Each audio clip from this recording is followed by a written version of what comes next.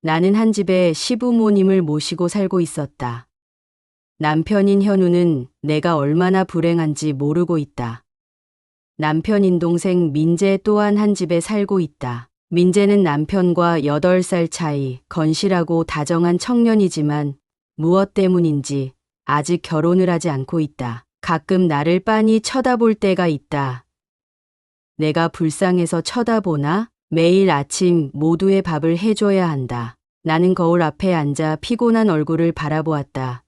45년이란 세월이 깊은 주름을 남겼다. 입가의 주름을 손으로 꾹 눌러보다가 한숨을 쉬었다. 립스틱이라도 바르자, 화장이라도 하고 있어야 시어머니 눈치를 덜 보니까. 아침부터 화장이나 하고 밥은 했니? 시어머니의 날카로운 목소리에 나는 흠칫 놀랐다. 네. 어머님 국이랑 생선 준비해뒀어요. 생선. 얘 남편 아침엔 국밥 먹어야 하는 거 몰라? 얼른 다시 해. 결혼 25년째인데도 시어머니 눈에 든 며느리가 되는 건 불가능해 보였다. 시부모님과 같이 사는 이 2층 집은 늘 전쟁터 같았다. 아래층 시부모님 방에서 기침 소리만 들려도 가슴이 덜컥 내려앉았다. 여보, 오늘도 늦어요? 현우는 평소와 다름없이 넥타이를 매만지며 대답했다. 중요한 프로젝트 마무리해야 해서. 시아버지는 강남 한복판의 우뚝 선 빌딩들의 주인이셨다. 당연히 장남인 현우가 모든 걸 물려받을 거라 생각했다. 그래야 이 지긋지긋한 시집살이에서 벗어날 수 있을 텐데. 민재가 요즘 시아버지에게 자신에게 건물을 달라고 조르고 있다. 하지만 남편인 현우가 건물을 받게 될 것이라고 굳게 믿고 있었다. 그게 유일한 내 희망이었다. 그날도 평범한 하루였다. 백화점 세일 기간이라 한 달 내내 모아둔 용돈으로 겨우 스카프 하나를 사고 나오는데 눈에 익은 실루엣이 보였다. 하지만 낯선 남자와 팔짱을 끼고 있었다. 호기심에 그들을 따라가던 중 시어머니가 그 남자의 품에 안겨 키스하는 장면을 목격했다. 충격이었다. 하지만 그보다 더 큰 충격은 그들의 대화였다. 우리 아들 잘 크고 있죠? 우리 아들이라고?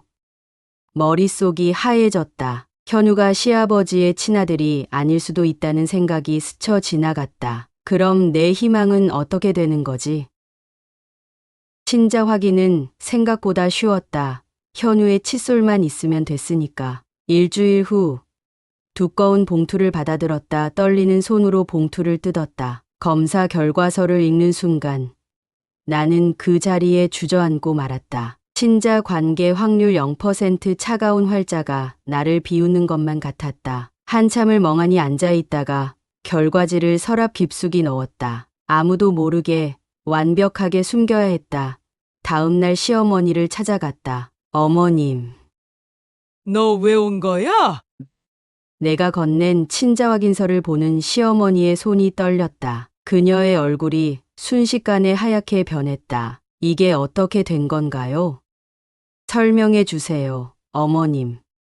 시어머니는 주저앉아 울기 시작했다. 어떻게 제발 남편한테만은 비밀로 해줘.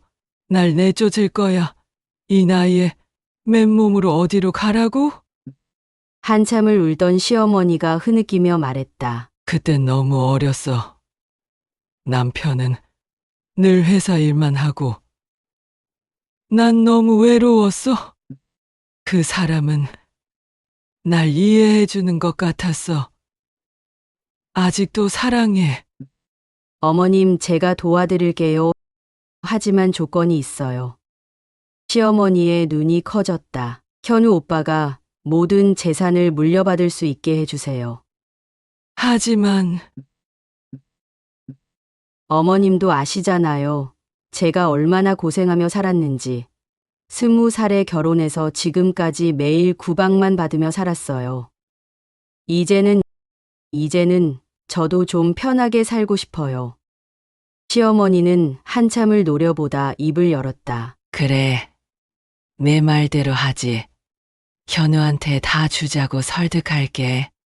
시어머니의 말이 시아버지에게 닿았는지 시아버지는 건물을 남편에게 양도하겠다고 이야기했다. 안도의 한숨을 쉬었지만 남편 출생의 비밀이 계속 마음에 걸렸다. 건물의 양도가 확정되자 현우의 생활이 갑자기 달라졌다. 잦은 외출, 늦은 귀가 나는 너무 불안했다.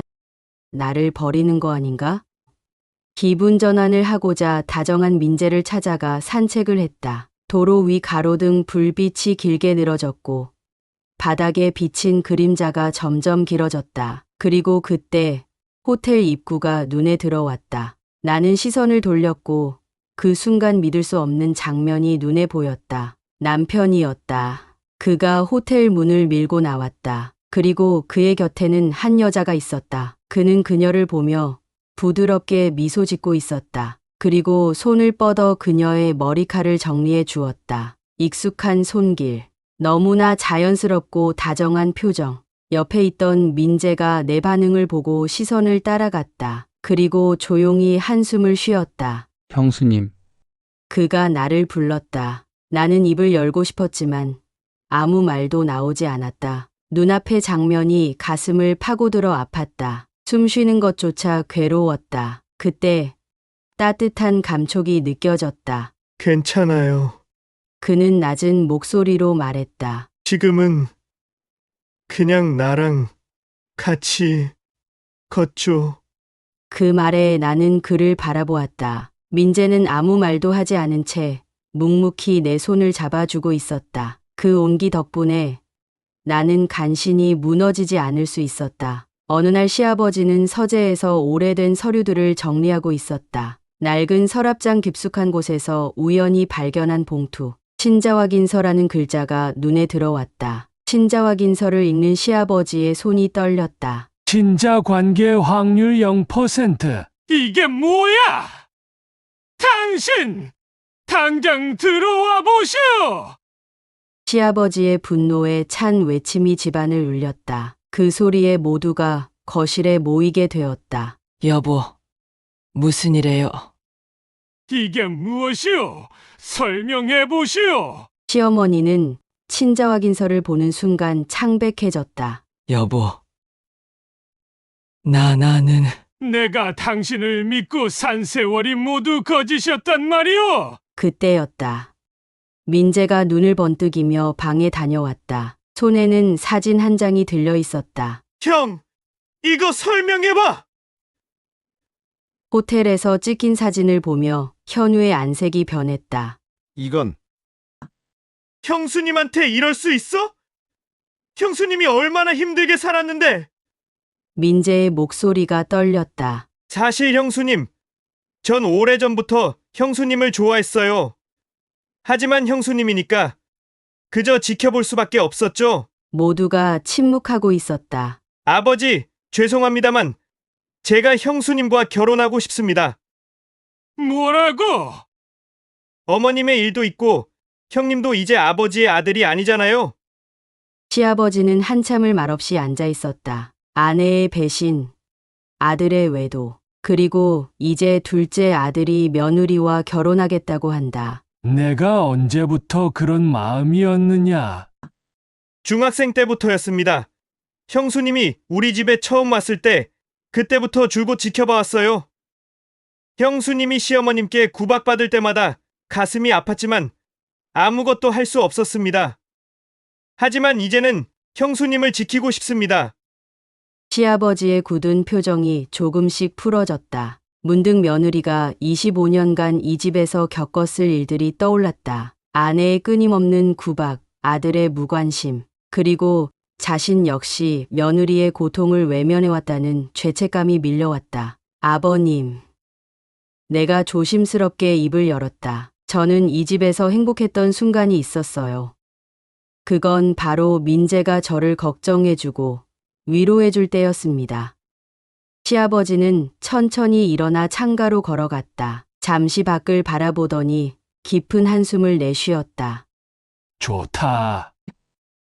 네, 모든 재산을 내가 가져라. 그리고 내가 그렇게 마음에 들어 했다면 결혼해라. 이 집에서 내가 유일하게 진심을 보여줬구나.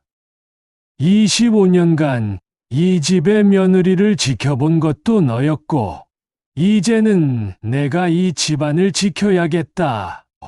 민재의 눈이 커졌다. 정말 허락하시는 겁니까? 시아버지는 고개를 끄덕였다. 너희만큼은 제대로 된 가정을 이루길 바란다. 이 아비가 미처 지키지 못한 것들을 너희가 지켜나가거라. 감사합니다, 아버님. 감사합니다, 아버지. 이혼 소송은 일사천리로 진행됐다. 불륜 증거가 너무나 완벽했으니까. 민재는 늘 내 곁을 지켰다. 커피를 들고 오거나 주말이면 산책하자며 불쑥 나타났다. 그의 따뜻한 마음이 내 지친 마음을 위로했다. 결혼식은 조용히 치렀다. 현우의 배신으로 상처받은 내게 찾아온 새로운 행복이라 여기신 것 같았다. 창밖으로 보이는 도시의 불빛들이 반짝인다. 때로는 인생에서 가장 완벽한 계획조차도 예상치 못한 방향으로 흘러가기 마련인가 보다. 이제와 고백하자면 시어머니의 외도 사실을 알게 된 그날 내 계획은 시작되었다. 현우의 불륜녀는 내가 고용한 배우였다. 그의 마음을 흔들어 놓을 만큼 매력적인 여자. 시아버지가 그 사실을 알게 되는 것도, 민재가 조사하게 되는 것도 모두 내 계획이었다. 그리고 민재의 따뜻한 위로는 내가 만들어낸 완벽한 무대였다. 하지만 민재를 사랑하게 될 줄은 몰랐다. 그의 순수한 마음이 내 차가운 복수심을 녹여버릴 줄은. 거실에서 들려오는 민재의 발소리에 나는 일기장을 덮었다. 이제 이 비밀은 영원히 나만의 것으로 남겨두어야겠지. 여보, 저녁 준비됐어요. 나는 미소 지으며 일어섰다. 때론 완벽한 계획보다 더 완벽한 우연이 있는 법이니까.